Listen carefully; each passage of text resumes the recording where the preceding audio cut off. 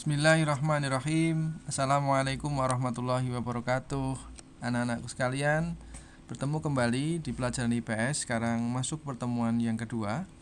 Kemarin pertemuan pertama kita sudah belajar tentang ruang, dan ruang itu bisa berinteraksi. Maka sekarang kita lanjutkan bagaimana ruang itu digambarkan dalam bentuk peta. Hari ini kita akan belajar peta sebagai materi yang kedua bersama saya Muhammad Rosid Ridho SE. Yang akan kita pelajari pada kesempatan hari ini adalah yang pertama, pengertian peta. Peta itu apa? Ya. Yang kedua, apa syarat-syarat untuk menggambar sebuah peta. Kemudian yang ketiga adalah bagian-bagian peta. Mari kita uraikan bersama-sama. Kalian menyimak buku, kemudian Pak Guru akan memberikan penjelasan melalui slide berikut ini. Pengertian peta. Kalian pernah melihat peta? Apakah peta itu? Peta adalah gambaran keseluruhan atau sebagian dari muka bumi. Jadi yang digambar hanya dari muka buminya saja, bukan dalamnya ya. Bisa seluruh muka bumi atau sebagiannya dalam bentuk dimensi 2. Artinya dalam bentuk gambar di atas kertas yang diperkecil dengan skala atau ukuran tertentu. Jadi kalau kalian pernah ke Kalimantan melihat hutan-hutan yang lebat, jalan-jalan yang panjang, itu nggak mungkin digambarkan semua seutuhnya seperti itu ya. Maka diwujudkan dalam bentuk dimensi 2 atau dalam bentuk gambar seperti yang tampak di sebelah kanan. Pasti lebih kecil karena supaya bisa kita lihat ya. Itulah peta. Gambaran keseluruhan atau sebagian muka bumi dalam bentuk gambar yang diperkecil dengan skala tertentu. Nah, sekarang kita akan lihat bagaimana orang itu bisa menggambar peta dengan benar. Ada 3 syarat. Syarat yang pertama adalah konform. Apa itu konform? Bentuk sebenarnya harus sama dengan bentuk peta. Kalau sebenarnya Kalimantan itu bentuknya seperti itu ya, kotak umpamanya, maka nanti petanya juga harus kotak.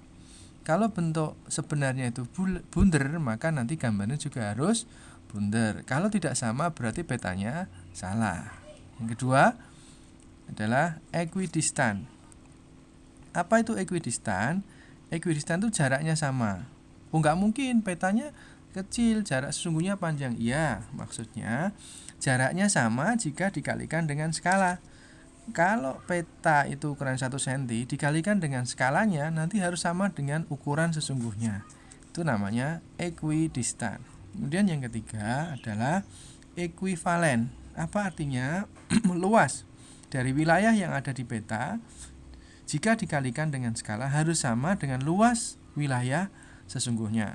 Itulah syarat untuk kita membuat peta dengan benar. Yang pertama, bentuknya sama, conform. Yang kedua, jaraknya sama, equidistant.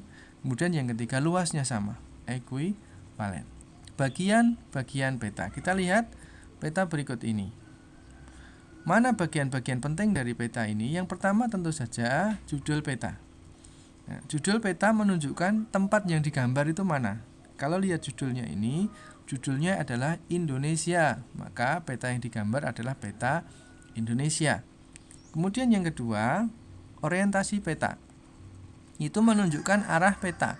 Di sini ada panah ke atas, kemudian hurufnya U, itu menunjukkan di peta ini arah ke atas menunjukkan arah utara, sehingga arah yang lain menyesuaikan. Kemudian skala peta. Nah, ini menggunakan skala garis.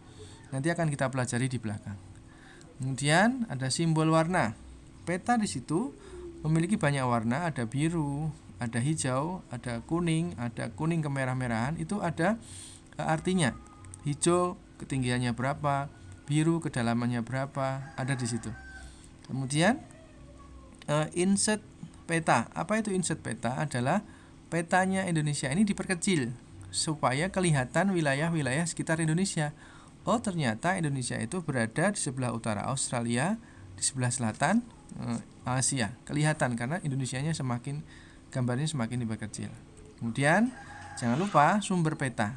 Jadi peta ini diambil dari mana. Kita nggak boleh sembarangan menggambar tanpa ada sumbernya. Sumbernya diambil dari http://, dan seterusnya itu. Itulah bagian-bagian peta. Kita lanjutkan bagian peta yang lain, yaitu simbol-simbol peta. Ada simbol berupa titik.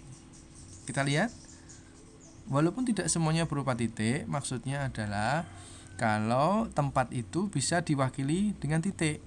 Katakan gunung berapi, segitiga itu lebih mirip satu tempat yang berada di satu titik, tidak panjang, hanya berada satu tempat saja. Ibu kota negara, kecamatan, pelabuhan itu kalau dalam peta seperti sebuah titik, maka simbolnya titik. Beda dengan sungai. Kita lihat, sungai bentuknya panjang, tidak mungkin digambarkan dengan titik, maka menggunakan simbol garis. Ada sungai, ada jalan, ada batas negara, ada batas daerah, itu nggak mungkin disimbolkan dengan titik, maka menggunakan simbol garis. Ada juga simbol area.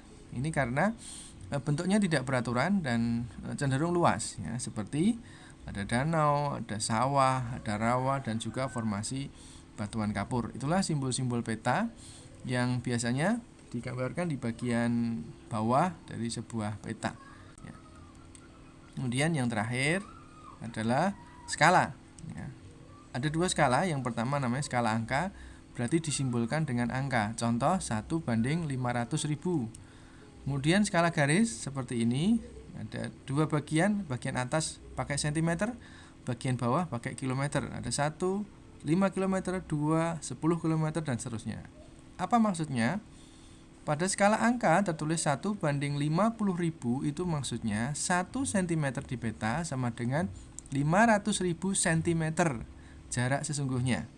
Maka jika kita konversi cm ke kilometer di pelajaran matematika, artinya 1 cm di peta sama dengan 5 km sesungguhnya. Jadi kalau pengen tahu sesungguhnya jaraknya berapa, kita ukur di peta, katakanlah 1 cm, maka ketika kita tempuh menggunakan perjalanan langsung, maka 1 cm itu sebenarnya adalah 5 km. Kemudian skala garis, tampak di situ 1 cm di atas, 5 km di bawah. Artinya 1 cm di peta sama dengan 5 km jarak sesungguhnya. Jika 4 cm, maka sama dengan 5 kali 4 sama dengan 20 km. Selamat belajar. Jangan lupa nanti kerjakan tugas dari Pak Guru melalui Google Form setelah kalian melihat apa yang Pak Guru tayangkan dan melihat apa yang ada di buku. Terima kasih. Wassalamualaikum warahmatullahi wabarakatuh.